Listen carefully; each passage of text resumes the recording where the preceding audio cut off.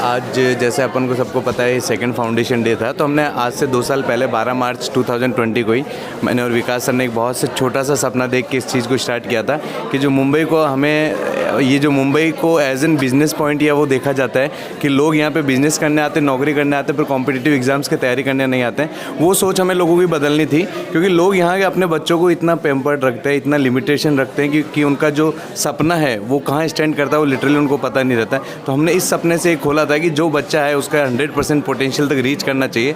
इस सोच के साथ हमने हमारा एक विराज का नींव रखा था, जिसके साथ फिर जैसे इंसान का जो सोच रहता है उसके साथ लोग भी वैसे आपको मिलते जाएंगे, जुड़ते जाएंगे और आप इसके साथ बढ़ते रहते हो। तो मेरा ये मानना है कि फाइनली अपन एक कॉमन सोच अगर लेके इस चीज़ के लिए रखें कि अपन को बच्चों का अपलिफ्टमेंट पे काम करना है, 100% अपने पोटेंशियल को रीच करना है, कहीं ना कहीं वो फाइनली जाके आपको बहुत अच्छा रिजल्ट और आउटपुट देगा, जो आज अपने सबने देखा। एक्चुअली मैम क्या होता है ना, काफ़ी बार बच्चे मेहनत करते हैं, उनको आईआईटी में सीट मिलती है, बट वो होता है ना कि एक अपना खुद का 100% एफर्ट बहुत मैटर करता है। काफ़ी बार होता है कि जर्नी अगर आपकी सही रहे तो हो सकता है मंजिल आप उस लेवल तक पहुँचो ना पहुँचो, बट एक सफ़र बहुत मैटर करता है कि क्या स्टूडेंट ने सच में अपना 100% दिया है नहीं दिया है। तो हमारा मेन यही रहा हमेशा, जैसे अभी सर ने बोला कि हम स्टूडेंट्स के अपलिफ्टमेंट के लिए मेहनत कर रहे हैं। हमें पता है कि ऐसा ज़रूरी नहीं है कि हर बच्चा आईआईटी में जाए, बट हाँ हर बच्चा अपने बेटर वर्जन तक पहुँचे। तो वही है कि जब बच्चों के रिजल्ट आए तो उनको खुद से सेटिस्फेक्शन होना चाहिए कि मेरे से जितनी मेहनत हो सकती थी उतना मेरे टीचर्स ने मुझे मोटिवेट करके, मेरे घर वालों ने मुझे सपोर्ट करके करवाई है। और वही होता है, बेटरमेंट वही होता है। और अब जब हम बोलते हैं कि इंडिया सुपर पावर बने, तो कहीं ना कहीं ये एज ग्रुप बहुत मैटर करता है। अगर इस एज ग्रुप में हम बच्चों को अगर मेहनत करना सिखाए, उनके अपने बेटर वर्जन को अचीव करना सिखाए, तो हो सकता है अपना कंट्री जल्दी सुपर पावर बनेगा। और जैसे कि आज एजुकेशन फील्ड को एक जो बिजनेस मॉडल बना रखा है, कहीं ना कहीं बच्चों का यही पे मॉरल डाउन होता है कि किसी मार्केटिंग पर्सन कारण किसी बच्चे का अगर फ्यूचर डिस्ट्रॉय होता है तो बच्चा किसी का बेटर नहीं सोचेगा। बट वही अगर हम हर स्टूडेंट को वो बेटर क्वालिटी एजुकेशन देंगे, और हो सकता है सारे बच्चे अगर अच्छे से मेहनत करें तो अपने सारे ही इंजीनियरिंग कॉलेज बहुत अच्छे से आउटपुट दे सकते हैं। आज गिने चुने इंजीनियरिंग कॉलेज अच्छा आउटपुट दे पा रहे हैं क्योंकि वहीं पे जो स्टूडेंट्स डेडिकेटेड स्टूडेंट्स हैं, जो बहुत मेहनत करने वाले बच्चे वहाँ पे पहुँच रहे हैं। और काफ़ी सारे ऐसे इंस्टीट्यूट्स है, प्राइवेट कॉलेज, जहाँ पे सिर्फ पेरेंट्स के पैसों के दम पे बच्चे एडमिशन लेते हैं। बट कहीं ना कहीं अगर इस फील्ड में बच्चे अपना 100% एफर्ट डालें, ये जो एजुकेटर्स का जो काम है, ट्यूटर्स जो भी इस फील्ड में इस एज ग्रुप को पढ़ा रहे हैं 16 से लेकर 22, बहुत मैटर करता है। अगर कोई इंसान किसी बच्चे के लिए अगर शिद्दत से मेहनत कर रहा है, अपना पूरा 100% एफर्ट डाल रहा है, तो वो एक इंसान हज़ारों स्टूडेंट को मोटिवेट कर सकता है। हमने काफ़ी ऐसे एग्जांपल देखे, इंडिया के ऐसे बहुत सारे इंस्टीट्यूट्स हैं, उन पर्टिकुलर इंस्टीट्यूट से बहुत सारे आईएएस ऑफिसर बनते हैं, आईपीएस ऑफिसर बनते हैं, ठीक है। तो उसका रीज़न ये है कि जिस जगह पे जो लीडर है, जो विजनरी लीडर अगर है, तो उसके कारण लाखों लोगों पे इम्पैक्ट पड़ सकता है। जैसे हमारी कंट्री बहुत, मतलब मैं कहता हूँ कि हम बहुत ज़्यादा, ये क्या बोल सकते हैं, बहुत ज़्यादा लकी है कि हम ऐसी कंट्री में पैदा हुए जहाँ पे इतने बढ़िया किंग यहाँ पे हो चुके हैं, जैसे महाराणा प्रताप हो, शिवाजी महाराज हो, ठीक है। मतलब उन लोगों ने अपने लीडरशिप के दम पे लोगों को अपना बनाया, ठीक है। शासन तो मुगल भी कर रहे थे, शासन तो ये भी कर रहे थे, बट एक राजा के प्रति अपना प्रजा का जो एक समर्पण होता है वो तभी आता है जब उनको फील होता है कि नहीं, मेरा लीडर खुद के लिए नहीं, पूरे प्रजा के लिए। तो कहीं ना कहीं टीचर का भी वही दायित्व है कि तुम्हारे स्टूडेंट्स तुम्हारे ऊपर पूरा भरोसा रख के आ रहे हैं। तुम्हारे हाथ में एक बच्चे का फ्यूचर नहीं, उसकी पूरी पीढ़ी का फ्यूचर है। जैसे मैं मेरे फैमिली से फर्स्ट ग्रेजुएट हूँ, IITian हूँ, ठीक है। तो ये बहुत बड़ी प्राउड की बात है। और मुझे दिखता है कि मेरा जब IIT में सिलेक्शन हुआ तो मेरे एरिया के जितने भी जालना डिस्ट्रिक्ट के मेरे आसपास के छोटे छोटे गांव या छोटे छोटे टाउन, वहाँ के बच्चों को एक्सपोजर मिला कि हाँ, कॉम्पिटिटिव एग्जाम में अपने यहाँ के बच्चे भी कुछ अचीव कर सकते हैं। और जैसे कि फिर मेरी फैमिली से मेरा छोटा भाई IIT बॉम्बे में सेलेक्ट हुआ, इनका सेम एग्जाम्पल है। इनके फादर आर्मी में थे, इन्होंने जब IIT क्लियर किया तो इनके छोटे भाइयों को वो प्रोत्साहन मिला। इनसे जस्ट छोटा भाई वो MBBS क्लियर किया नीट के एग्ज़ाम के थ्रू, अभी MBBS फाइनल ईयर में है। इनसे एक और छोटा भाई वो अभी IIT कानपुर में पढ़ रहा है। तो कहीं ना कहीं एक बच्चे का अपलिफ्टमेंट पूरी पीढ़ी को आगे लेके जाता है। और अगर किसी एक बच्चे का फ्यूचर किसी इंस्टीट्यूट के गलतियों के कारण अगर ख़राब होता है तो वो नेगेटिविटी भी उतनी ही जल्दी फैलती है, क्योंकि ये ट्रस्ट का मामला है। बहुत सारे पेरेंट्स अपना मतलब बहुत मेहनत की कमाई इस चीज़ पे लगाते हैं, और उसके बाद अगर बच्चों का रिजल्ट इंस्टीट्यूट के गलतियों के कारण नहीं आता है तो कहीं ना कहीं उनके मन में ये चीज़ बैठ जाती कि नहीं, अपने बच्चों के लिए नहीं है।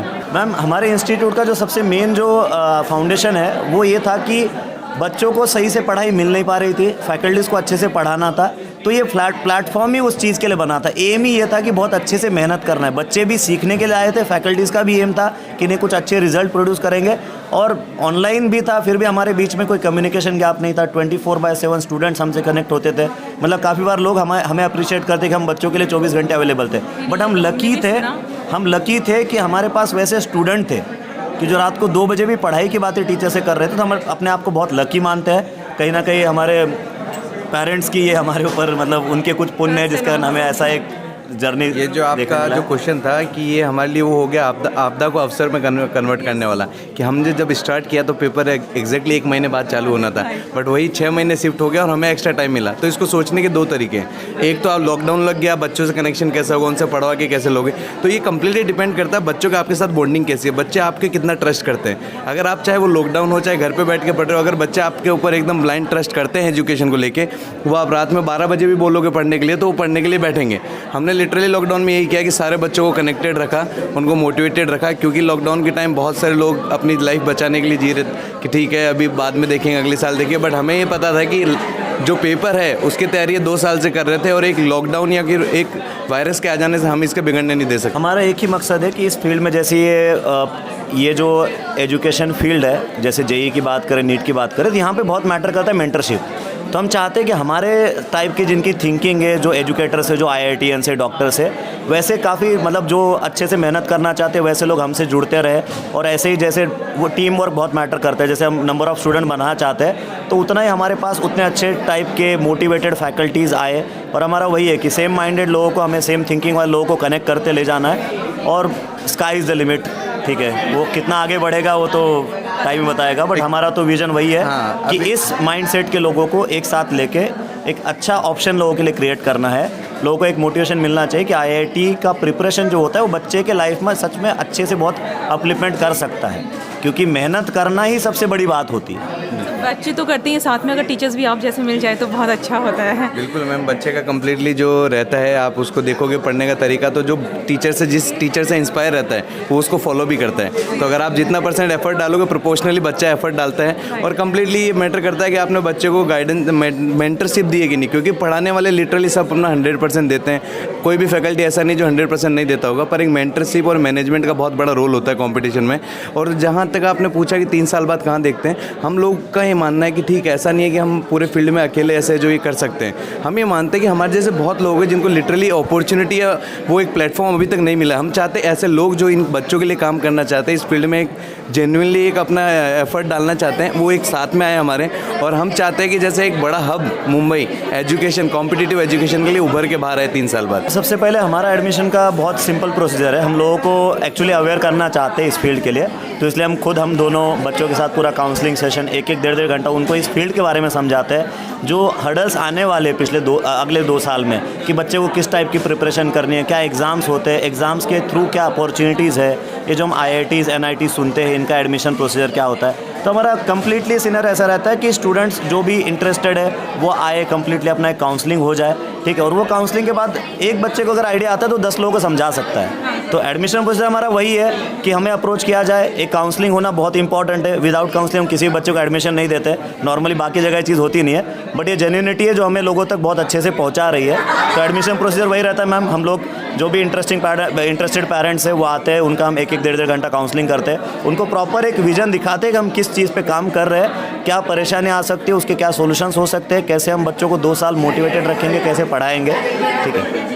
और अभी मैं इसमें एक ऐड ऑन करना चाहूँगा कि विराज एकेडमी थोड़ा मतलब is glad to announce that next year से हम रेजिडेंशियल प्रोग्राम भी अनाउंस कर रहे हैं, क्योंकि ये मुंबई में पहली बार होगा कि बाहर से लोग मुंबई पढ़ने आ रहे हैं। तो हम लोग, क्योंकि 2 साल में हमने लॉकडाउन के टाइम पे भी 10 बच्चे ऐसे हैं जो अभी यहाँ पे फ्लैट लेके रहते हैं, पर अगले साल से हम इसको वेल ऑर्गेनाइज करना चाहते हैं विद आर रेजिडेंशियल प्रोग्राम। तो हमारा थोड़ा ये विज़न है, जैसे सर ने बताया काउंसलिंग, तो एक काउंसलिंग एक प्रॉपर होनी चाहिए बच्चे की, सो दैट उसको भ्रम में नहीं रही कि मैंने गलत जगह आ गया। सेकंड चीज़ है कि हमारा जो एडमिशन प्रोसेस है वो pre foundation 8th 9th 10th class जो आगे के लिए कंपटीशन का सोच रहे हैं, 11th 12th जेई नीट के लिए प्रिपेयर करवाते हैं हम लोग। और उसके बाद अगर कोई वापस रिपीट करना चाहता हो तो रिपीटर कोर्सेज भी अपने पास अवेलेबल है। अपना मेन एम है कि अपने पास लिमिटेड जो सीट्स रहती है हर साल वो लिमिटेड रहती है, बैच का स्ट्रेंथ जो रहता है वो लिमिटेड रहता है, एग्जिट नहीं करता है। पास कितने स्टूडेंट्स हो गए? आपने जब स्टार्टिंग किया था तब आपके पास कितने थे और आज की डेट में कितने हो गए? मैम इसमें तो काफ़ी अच्छा ग्रोथ है। स्टार्टिंग जब किए थे तो हर बैच में 30 स्टूडेंट थे। जैसे 2020 में बच्चे पास आउट हुए 30 स्टूडेंट थे, 21 में 30 स्टूडेंट्स थे, 22 बैच जो अभी पास आउट हो उसमें भी हमारे लगभग 25 to 30 स्टूडेंट्स हैं। बट जब हमारा फर्स्ट रिजल्ट निकला सितंबर 2020 में, तो हमारा जो 2021 बैच बना, 2021 में जो बैच बना, उसमें हमारे माउथ टू माउथ पब्लिसिटी से 60 स्टूडेंट्स जेई में एनरोल हुए, 15 स्टूडेंट नीट में एनरोल हुए। नीट रिपीटर बैच हमारा जो इस साल चल रहा है उसमें हमारे 10 स्टूडेंट्स एनरोल हुए। और इस साल मैम बहुत अच्छा रिस्पांस मिल रहा है, क्योंकि जब से 2021 बैच का रिजल्ट आया है काफ़ी पेरेंट्स, अभी तक हमने लगभग 200+ पेरेंट्स का काउंसलिंग किया है, ठीक है। और इस बार हमारे 150 स्टूडेंट्स सीट्स हमारी है, जो बहुत अच्छे फ्लो से हमारे एडमिशन्स चल रहे हैं। तो हम लोगों से यही कहना चाहते हैं कि आइए, एक समझिए, एक अवेयरनेस लीजिए कि क्या करना चाहिए, जेई क्या होता है, नीट क्या होता है, ठीक है। सीट्स हमारी लिमिटेड और हम उन्हीं स्टूडेंट्स को मौका देते हैं जो इस चीज़ का एक उनके अंदर डेडिकेशन है, क्योंकि ये कॉम्पिटिटिव का मतलब ही वही है कि अगर आपके अंदर उस चीज़ के लिए शिद्दत से मेहनत करने का अगर आपका थिंकिंग है, तभी आप उस चीज़ में आगे जा सकते हो। टैलेंट एक ऐसी चीज़ है जो मेहनत करने से उभर के आती है। तो हम इनिशियली बिल्कुल भी उस चीज़ पे फोकस नहीं करते, कोई बच्चा टॉपर है तो ही उसका एडमिशन देंगे। हमारा ये रहता है कि हर बच्चे से मेहनत कराओ, मेहनत करने से टैलेंट उभर के आता है। तो अभी मैम 150 स्टूडेंट्स है, नेक्स्ट ईयर हो सकता है और स्टूडेंट बढ़े, और स्टूडेंट्स बढ़ रहे तो उस चीज़ को हम उतना ही रिस्पॉन्सिबिलिटी, हमारी टीम को भी इंक्रीज़ किया हमने। जैसे जब शुरू किया था हम चार टीम मेंबर थे, अभी हमारी टीम में टोटल 10 मेंबर है। तो जैसे जैसे स्टूडेंट्स का रेशियो बढ़ रहा है उतना ही रेशियो हम टीचर्स का भी बढ़ा रहे हैं, क्योंकि वो इंपॉर्टेंट है। आज जो भी स्टूडेंट हमारे पास आ रहा है वो हमारे पास रिजल्ट देख के आ रहा है, तो हम चाहते हैं हमारी सर्विसेज बेटर होती जाए, हर साल बच्चों को अच्छे एक्सपीरियंस आते रहे, और कहीं ना कहीं हर स्टूडेंट अपने आप को एक मतलब ये मान के चले कि नहीं, मैं जो सुन के आया था वही चीज़ें मेरे तक पहुंची है या उससे बेटर चीज़ें मेरे तक पहुंची है। Right sir. सर आपके और ब्रांचेस, आपने कुछ न्यू ब्रांचेस भी है या एक थाने में है? अपना एक नया सेंटर शुरू हुआ है, ये कम्प्लीटली पेरेंट्स के सपोर्ट से ही स्टार्ट हुआ है। मानपाड़ा में अपना, थाने वेस्ट में मानपाड़ा में अपना सेंटर खुला है, सोहम प्लाजा में।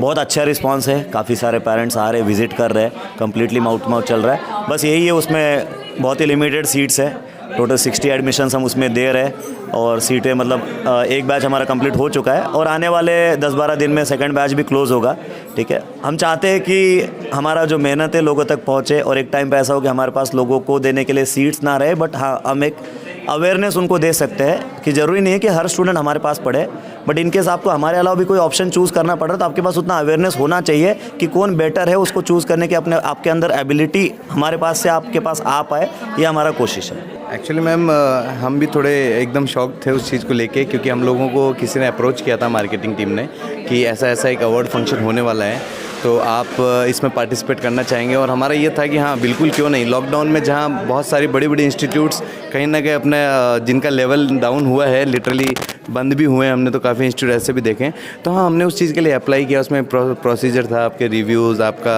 Result and everything. एंड 1-2 दिन पहले 24 फ़रवरी को अपन को गवर्नर से विराज को ये मिला था excellence award in the competition field.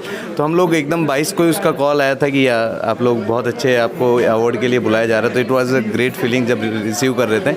And उनका भी, सर का भी, गवर्नर सर का भी यही कहना था, इतने यंग आप लोग हो, इस फील्ड में इतना अच्छा कर रहे हो, ऑल द बेस्ट। उन्होंने बोला, बहुत अच्छा लगा। और वही चीज़ें हम लोग रेप्लिकेट कर रहे हैं अपने बच्चों में भी, और हर जगह यही एनर्जी के साथ हम आगे बढ़ना चाहते हैं। अप्लाई हमने कर दिया था, हमें उम्मीद थी मतलब कि हाँ हो सकता है अपन को अवार्ड मिले, बट जब उनका कंफर्मेशन कॉल आया 22 को, तो हम लिटरली, हमें बिलीव नहीं हो रहा था। और लिटरली हमने जब तक अवार्ड हमारे हाथ में नहीं, हमें लिटरली बिलीव नहीं हो रहा था।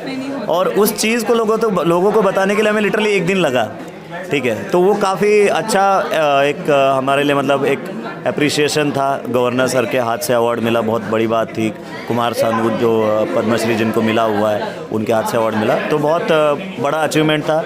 और इसके कारण सिर्फ हमें नहीं, हमारे जो स्टूडेंट्स हैं जो हमसे पढ़ चुके हैं या फिर जो अभी एग्जिस्टिंग स्टूडेंट्स हैं, तो उनको भी एक कॉन्फिडेंस आया कि नहीं, हमारे सर लोगों को एक अप्रिसिएशन मिल रहा है, उनकी जो मेहनत है कहीं ना कहीं बड़े लेवल पे उस चीज़ को देखा जा रहा है, अप्रिशिएट किया जा रहा है। तो ये पूरे विराज फैमिली के लिए बहुत मोटिवेशनल एक चीज़ थी ये अवार्ड।